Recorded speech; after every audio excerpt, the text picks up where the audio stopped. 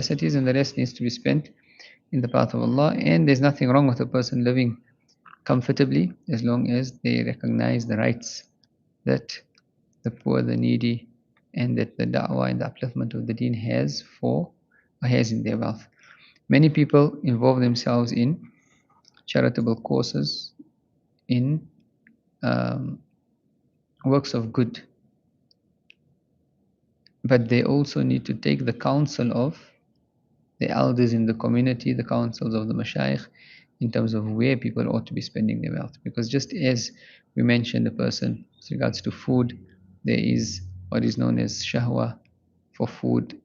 A person has a natural inclination, and the nafs has a natural inclination towards falsehood. Likewise, in spending one's wealth, one has to try and spend their wealth in those avenues which are difficult on the nafs. And therefore, what is easy on the nafs, even with regards to spending wealth, just as all forms of mujahada, is generally not the best way. And therefore, a person should have people that they make mashwara with, that they seek their counsel, or that they discuss amongst themselves in a family, in a group, with regards to what is the best ways in which this wealth can be used. And this is an amana on the shoulders of the ummah.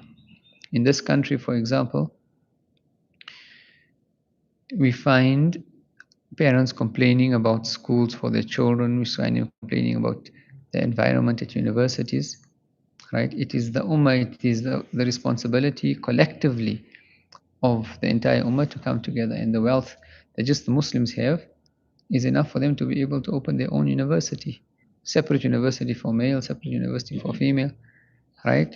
And create the environments in which children or young children will not lose their iman, will not lose their morals when they go to university.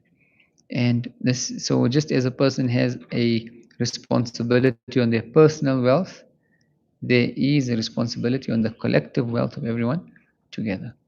And for people to put their egos aside and do things which are for the upliftment of the ummah and the deen, this becomes an imperative.